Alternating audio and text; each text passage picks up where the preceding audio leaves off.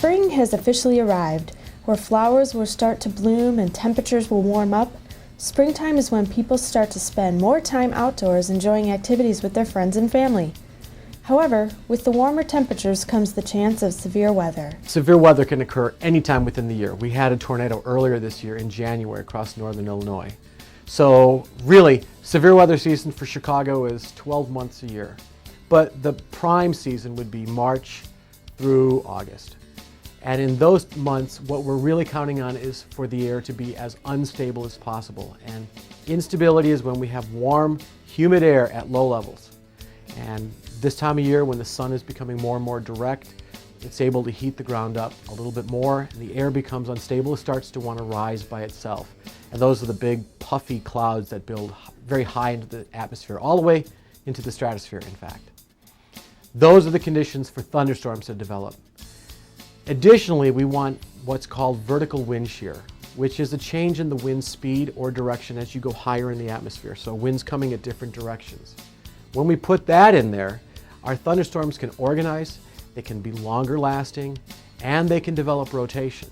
And it's from that parent thunderstorm that's rotating where we can develop smaller scale areas of rotation, which ultimately lead to the tornado. So we want instability, we want moisture coming from the Gulf of Mexico, something to start this, maybe a cold front, and we want vertical wind shear. Those are the prime conditions for severe thunderstorms and tornadoes, and we're in the season where that's going to happen a lot. I've been teaching at College DuPage for about 20 years, and I have a meteorology program, so I teach Introduction to Meteorology and Forecasting and Severe Weather, and part of our program includes Thunderstorm Laboratory, which is a storm chasing course. The purpose of going out storm chasing is to try to understand something more about how storms form, what kind of storms are going to be most likely tornado-producing storms, and then try to teach students how to forecast for those storms, how to be safe in those storms, and then we take that information that we videotape and take pictures of, and we apply it to teaching other people around the community how to be storm spotters. Because when it comes right down to it, you really need to have individual people protecting their community in case of a severe weather event. The Community Emergency Response Team, also known as CERT, is a nationally recognized volunteer group organized through the Elgin Police Department to train volunteers in disaster response skills. CERT members are also trained to be severe weather spotters and are often called into action when severe weather is in the area. The first thing that would happen is CERTs would call us out, and we would come to the initial point of meeting, probably the police station, and we would all be assigned different jobs. One of us maybe go out in the car and look for the storm. If there happens to be a severe thunderstorm which could impose a tornado, we would be out there looking for funnel clouds. Once you get a lightning, and then you get winds over 57 miles an hour, that's considered a severe thunderstorm. So then they would be putting people out there to watch as the storm progresses, and if the winds pick up to, say, almost 100 miles an hour, you know you're going to have a tornado.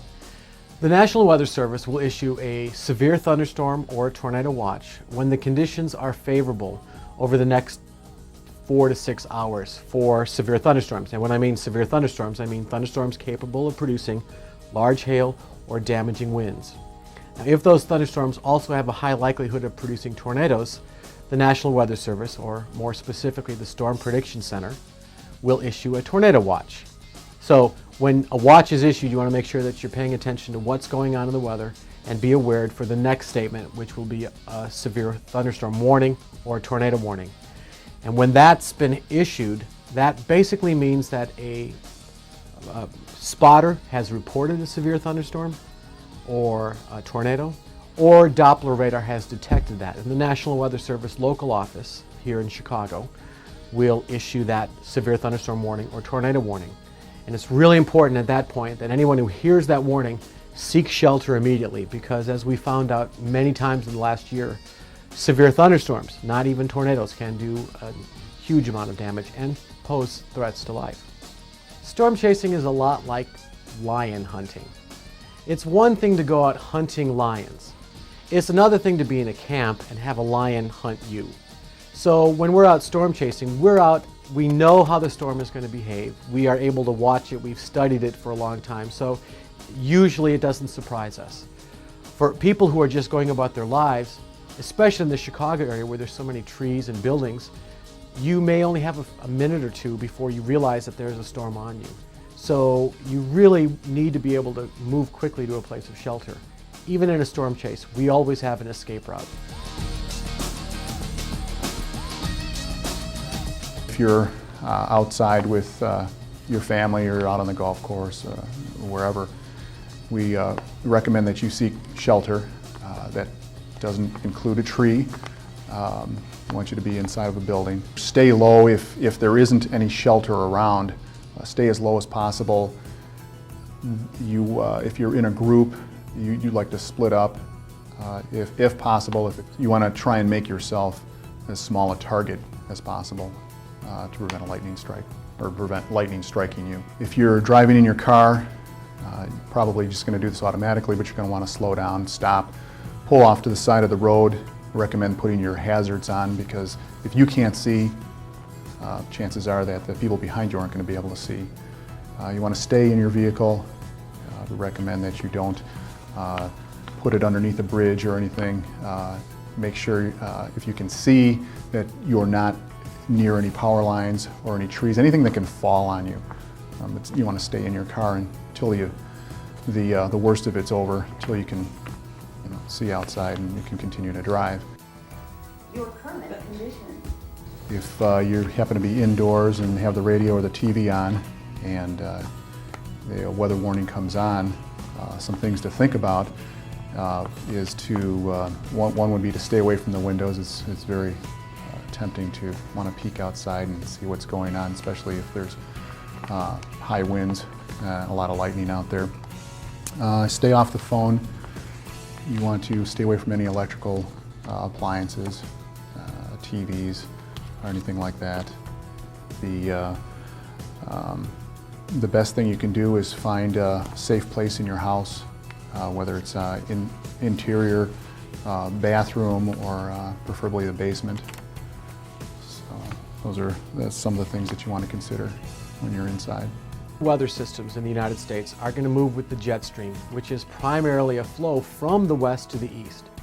And that jet stream changes its position in the year. It's a little bit further to the south, so we're on the cold side in the wintertime, and then it'll push through us in the spring, and then it'll push north where we're sort of in the hot, warm, humid air. Well, whenever that jet stream is over us, storm systems are much more likely to come through that, and they'll move basically south to east. The best severe weather is maybe southwest to northeast. We're looking at a storm here in Greensburg, the one that an F5 tornado, an EF5, which is the strongest of all the tornadoes, that wiped out the town of Greensburg, Kansas last year. And what we see here is just a storm moving with this little appendage on the backside that's called the hook echo. So radar meteorologists are going to look for features like this that lead them to believe that there's a tornado. And this was a really easy case to know that there was a large tornado on the ground. We can also look at the velocities involved with this. And this is a very significant storm where the tornado was clearly being identified on radar. Excellent warning, saved many lives. A few people did die from this, but almost the entire town was wiped out. It was a devastating tornado. These are the kind of tornadoes that would have been similar to the Plainfield tornado in 1990. So Chicago is definitely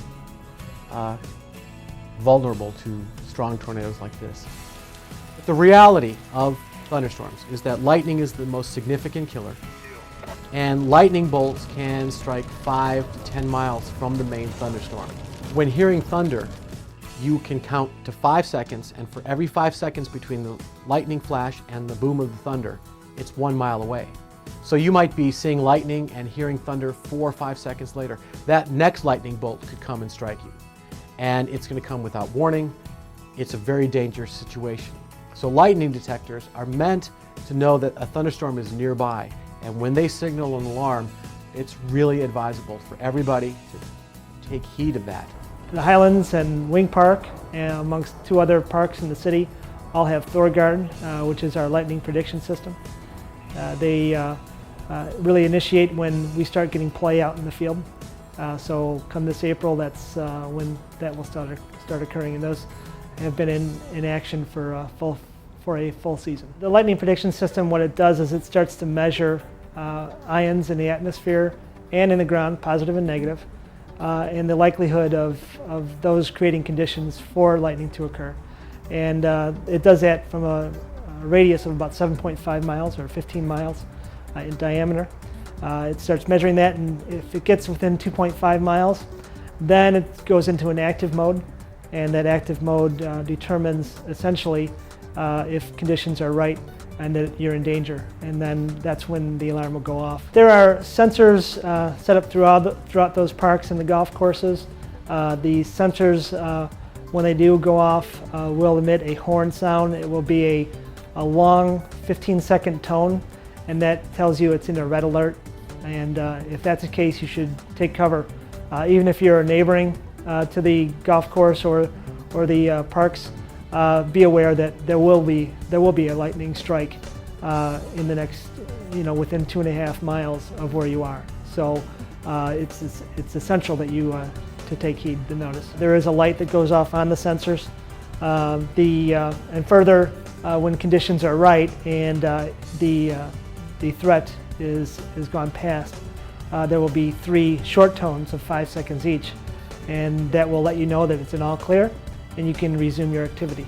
The sensors that are located on the highest points on the golf course and park areas, those sensors are hydrostatic sensors, and they go directly to the computer, the ThorGuard computer, in the Pro Shop. This is essentially the brains of the operation.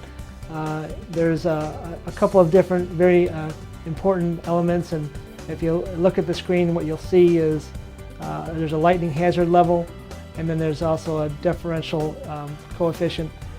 Those 2 elements, what they do is they allow us to measure what's happening. The lightning hazard level measures essentially a 15-mile radius around the location of the sensors. And that will adjust up to as high as 9.9, so we'll see that go up that high in conditions that when storms are rolling in from the west to the east, what you'll have is it going as high as 9.9 if conditions are right, and will reduce down below 3 as things roll away to the east. The differential coefficient, which is the little item next to it right here, that essentially measures a very smaller amount of space, about 2.5 miles. And so what will happen is that will really trigger the mechanism by which you're warned. So once that reaches a certain level, over 3.0, then the alarm will sound, and you'll hear that long 15-second tone. And not until what time that goes below 3.0 for up to 10 minutes will essentially the all clear sound. Well, I think what's great about the lightning prediction system is just that it's very simple. It needs to be simple so that the people can respond to it quickly. One long tone, that'll tell you that you need to seek shelter and go to the immediate location that you can to seek shelter. And then finally, to be safe, wait for those 3 short tones. And it needs to be simple so that we don't have to worry about the technology behind it, and we can just respond as patrons enjoying our lives and what we're doing outside.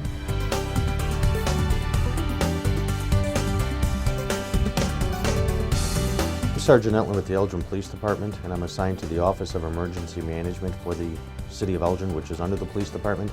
One of my roles and responsibilities is to make sure that we have a coordinated and integrated plan for the whole city to respond to and recover from any type of all disasters, any type of an emergency or disaster. And one of the things that, with spring coming now, is the spring storms and the flooding and tornadoes and that we monitor on a daily basis. So this office itself is to we train prior to an event. We make sure that we have preparedness, mitigation plans that would help us in the event of any type of emergency, whether that's the tornado sirens or what can we do to prevent the destruction or minimize the destruction to the City of Elgin, make sure that we have recovery plans, make sure that we have a integrated response for all of our employees. We have approximately 850 employees through 12, 14 different departments, and to make sure that everybody knows what their roles are and how we're going to respond to and plan for any type of emergency. In August, we had the flood, which again would be indicative of a spring storm, flooding the river, tornadoes. So we've gone through that and have a good integrated plan that assists in all those things. When the weather gets as such that it's starting to get to be a critical stage, we monitor this office and the fire department, and our 911 center monitors the weather on a continuing basis. I'm in touch with the County Office of Emergency Management pretty much by phone, by Nextel, Direct Connect radios, that type of thing, and we monitor what's going on. When there's a situation that the 911 operators feel that is dangerous, if there's a funnel cloud that's sighted, the tornado sirens are activated, people take cover, but we start then activating our plan to the extent to respond to the nature of the storm that's coming in. But we monitor the weather on a continuing basis. We're in touch with the county, we're in touch with all of our other city departments, and are on high alert as the storm is moving in. We're activating and doing our checkoff lists and making sure that we're in a position to respond immediately and effectively. Elgin Emergency Services Radio Warning System. The National Center for Severe Weather has issued a severe thunderstorm warning for the following Illinois counties: Cook, Kane, DuPage, and Will counties. Public safety officials reported a strong line of severe storms which stretch from Waukegan to the north and Peoria to the south. This line is moving northeast at 25 miles per hour. Towns in the path of the storm are Wayne, Elburn, St. Charles, Elgin, and Schaumburg. If you are in the path of these storms, please take shelter inside a building until the storms pass. Elgin Emergency Services clear, 146 hours, March 19th, KNBX 891. In the event that we do have a severe storm move through Elgin, we suggest that you would call 911 if you have any problems. If for some reason the phones aren't working, if you could tune in to radio and listen for any public addresses that we may be broadcasting over that. That's what we would recommend. We want you to stay calm. Try not to move the injured as much as possible if you can avoid that, and just wait for the emergency services in Elgin to arrive. As a preventative step for you to consider as a citizen, some water, some water jugs, fresh batteries for your flashlights. They have no weather radios. They actually have radios that don't require any batteries. You just wind them. Any kind of small snacks, candy bars, granola, things like that. Have a little stash somewhere in your safe place at home if possible, and that should tide you over until help gets there. One of the most important things that anybody can do is to be prepared. It comes down to having awareness and information, being prepared, taking the necessary precautions for those scenarios that would be unique to everybody's family, whether it's the young or the elderly, people that need assistance, special scenarios, and to make sure that they have a kit or something to that's readily available that they can use. And again, it's just having knowledge what to do, be prepared, share that information with everybody in the family, and everybody should know what the role is, what their roles are.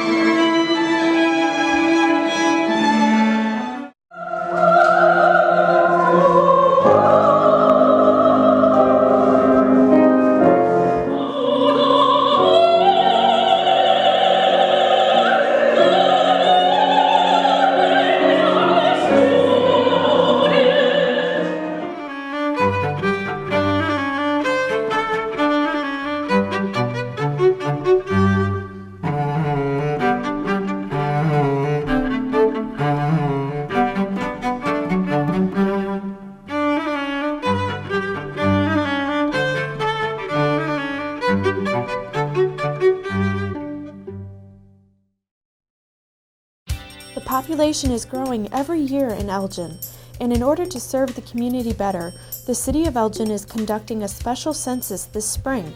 City Planner Jan Ward has all of the details. Well, because of all the growth that has occurred to the west and the new development that's taken place on the east, the City of Elgin is conducting a special census to update its 2000 census population figures.